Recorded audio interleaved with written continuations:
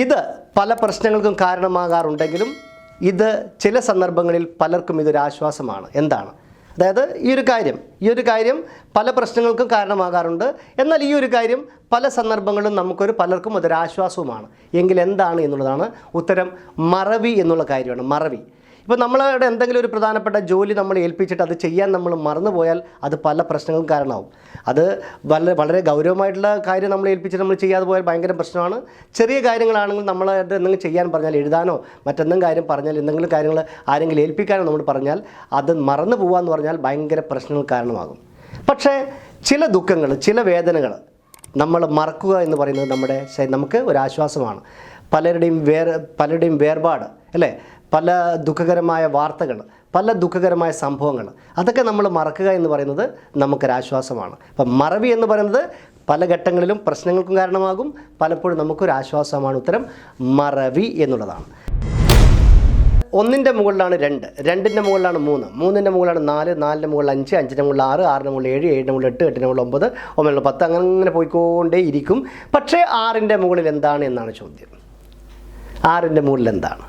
ഉത്തരം 6ൻ്റെ മുകളിൽ പാലമാണ്. 6 എന്ന് പറഞ്ഞ പുഴയുടെ മുകളിൽ നമ്മൾ യാത്ര ചെയ്യാനൊക്കെ ഉണ്ടാകുന്ന സംഭവമാണ് പാലം എന്ന് പറയും. അപ്പോൾ 6ൻ്റെ മുകളിലുള്ളത് പാലം.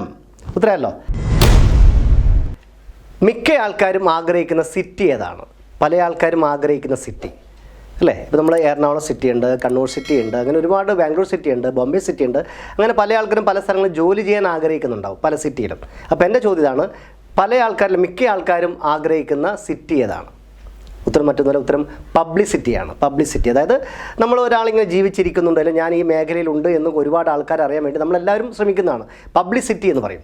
എല്ലാ ആൾക്കാരും നേടിയെടുക്കാൻ ആഗ്രഹിക്കുന്ന സിറ്റിയാണ് പബ്ലിസിറ്റി. ഓക്കെ. ഇംഗ്ലീഷുകാർ സംസാരിക്കുമ്പോൾ ഇടയ്ക്കിടയ്ക്ക് പറയുന്ന മലയാള അക്ഷരം ഏത് എന്നുള്ളതാണ് ചോദ്യം. ഇംഗ്ലീഷുകാർ സംസാരിക്കുമ്പോൾ ഇടയ്ക്കിടയ്ക്ക് പറയുന്ന മലയാള അക്ഷരം ഏത്? ഉത്തരം മറ്റൊന്നാണ്. ഉത്തരം യാ എന്നുള്ള അക്ഷരമാണ്. സർ വാട്ട് ഈസ് യാ I want so mind sort യാ. നമ്മളിപ്പം എന്തെങ്കിലും സംസാരിക്കാൻ പറയും യാ എന്ന് പറഞ്ഞുകൊണ്ടിരിക്കും ഇംഗ്ലീഷുകാർ. അതേ എന്ന് പറയുന്നതിന് പകരം അവർ പറയുന്നത് യാ എന്ന് പറഞ്ഞുകൊണ്ടിരിക്കും. അതായത് ഇംഗ്ലീഷുകാർ സംസാരിക്കുമ്പോൾ ഇടയ്ക്കിടയ്ക്ക് പറയുന്ന മലയാള അക്ഷരമാണ് യാ എന്നുള്ളത്. ഓക്കെ. 10-50 വയസ്സ് വരെ ജീവിച്ചിരുന്ന ആളുകളൊക്കെ കടന്നുപോയ വനം ഏത് എന്നുള്ളതാണ് കഴിഞ്ഞ എപ്പിസോഡിലെ ചോദ്യം. ഉത്തരം മറ്റൊന്നല്ല. ഉത്തരം ഇതാണ്, യൗവനമാണ്. നമ്മുടെ ചോരത്തൊടിപ്പുള്ള നമ്മുടെ യൗവനകാലം. യൗവനം എന്ന് പറയുന്നത് വനം എന്നുള്ള കാടാണ്.